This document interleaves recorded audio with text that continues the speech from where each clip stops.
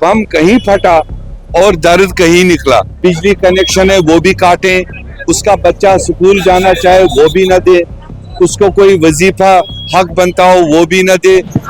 देखो ये हवाई स्लोगन नहीं है, ये बाज़ाब्ता पूरी तरह रिसर्च करके जो तथ्य निकले हैं, जो सच्चाई निकली है कि किस किस तरह से भाजपा ने इलेक्शन कमीशन की सहायता से, इलेक्शन कमीशन ऑफ इंडिया के सहयोग से जिस तरह का कर्नाटका में, महाराष्ट्र में अभी तक जो रिसर्च आया है, या तो फेक वोट जोड़ के सीटों को जिताने की कोशिश की गई, या तो एक्चुअल जो सही वोटर है उसका वोटर लिस्ट से काट के या डेड दिखा के, जो जिंदा लोग हैं उनको वोटर लिस्ट में मरा हुआ दिखा करके अपनी सीटें जिताने का उन्होंने जो प्रयास किया है, और जिसकी वजह से आज वो भारत सरकार में मौजूद है।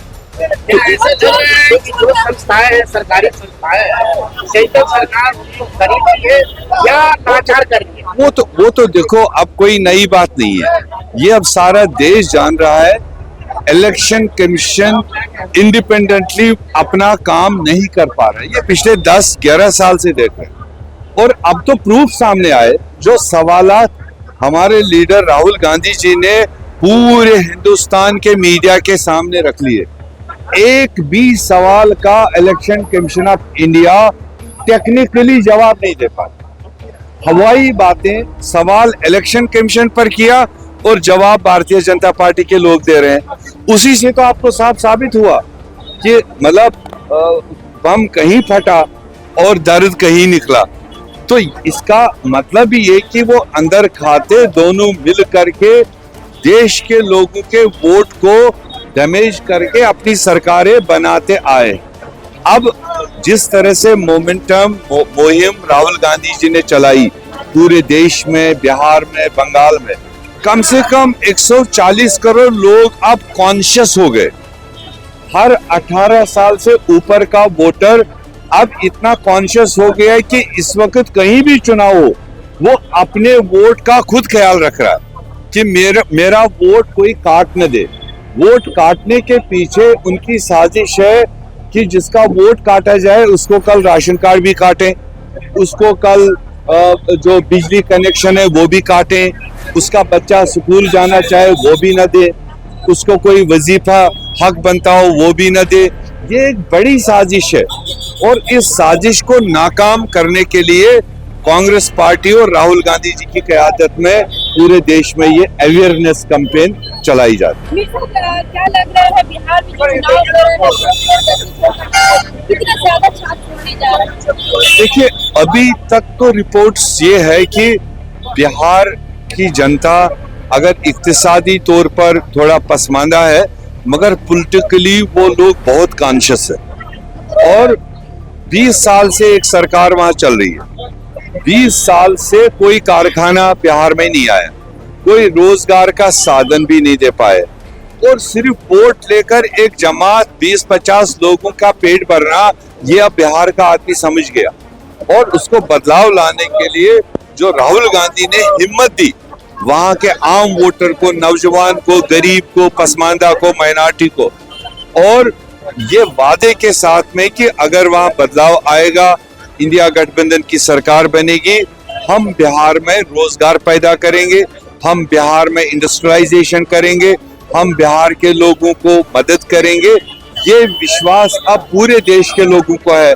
अगर देश में कोई सच बोल रहा है, अगर देश में कोई गरीबों के हक में बोल रहा है, वो मात्र एक राहुल गांधी जी है, और डेफिनेटली बिहार के लोग राहुल गांधी जी की बात को तस्लीम करते हुए, मानते हुए बिहार में आने वाले दिन में बदलाव आएगा, ये हमें भरोसा है। राहुल गांधी कोलकाता में नहीं आएंगे, क्या आएंगे। आप देख रहे हो ना, देश का मौसमी सीजन और चुनावी सीजन ये रोटेट करता है। अभी इससे पहले जिन स्टेटों में चुनाव थे उन स्टेटों में उनकी ज्यादा डिमांड रहती है। अभी जैसे बिहार थोड़ा एक कदम आगे चलेगा, उसके बाद आसाम और बंगाल में चुनाव है, वो डेफिनेटली अभी हम लोग उनके सिपासालार, मैं कश्मीर से आकर मुझे ड्यूटी दी गई, अंबा प्रसाद झारखंड से बहुत मजबूत नेता है, उनको ड्यूटी दी गई, और दर्जनों लोग फिलहाल जो यहाँ पर हम ऑर्गेनाइजेशनल सेटअप जो स्टेट से लेकर बूथ तक, उस सेटअप को कायम करने में दिन रात लगे। जैसे हमारा अक्टूबर के महीने में ये सेटअप कायम हो जाएगा, उसके बाद आप देखेंगे राहुल गांधी जी भी, खड़गे जी भी और प्रियंका गांधी जी भी बंगाल के लोगों को एक प्रोग्राम को लेकर विश्वास मांगने के लिए बंगाल आए। जन पॉलिटिकल एनालाइजर का कहना है कि बिहार में अगर लड़ाई हो रही है किसी ट्रेंड में और प्रशांत किशोर की पार्टी जनसुराज के साथ इन्हें गठबंधन ये जो कह रहा है उसको आने वाले दिनों का इंतजार करवाइए, वो तो जनता के हाथ में है ना। प्रशांत किशोर एक नया साथी है, और वहाँ बिहार में जो मैंने कहा ना, बिहार के लोग पॉलिटिकली बहुत कॉन्शियस है।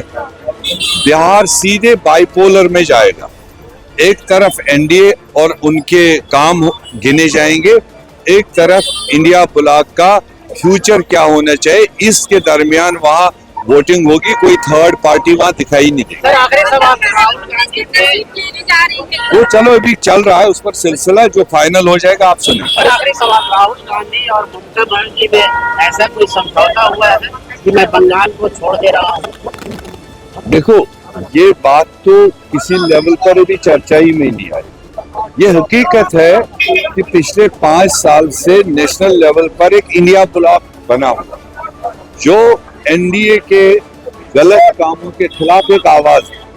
उसमें खाली ममता बनर्जी नहीं, देश के और बहुत सारी पार्टियां हैं, रीजनल पार्टी, वो मुल्की सतह पर कैसे हम पूरे मुल्क में भाजपा के नाकस पॉलिसीज को रिजेक्ट करना है, फाइट करना है, वो उसके लिए।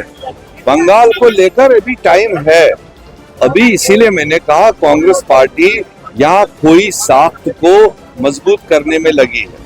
हम अपना ऑर्गेनाइजेशनल स्ट्रक्चर जो होना चाहिए पॉलिटिकल पार्टी का, उसको वाइब्रेंट बनाएंगे, और आते आते जनवरी फरवरी में बातें आएंगी जो आप कह रहे हैं।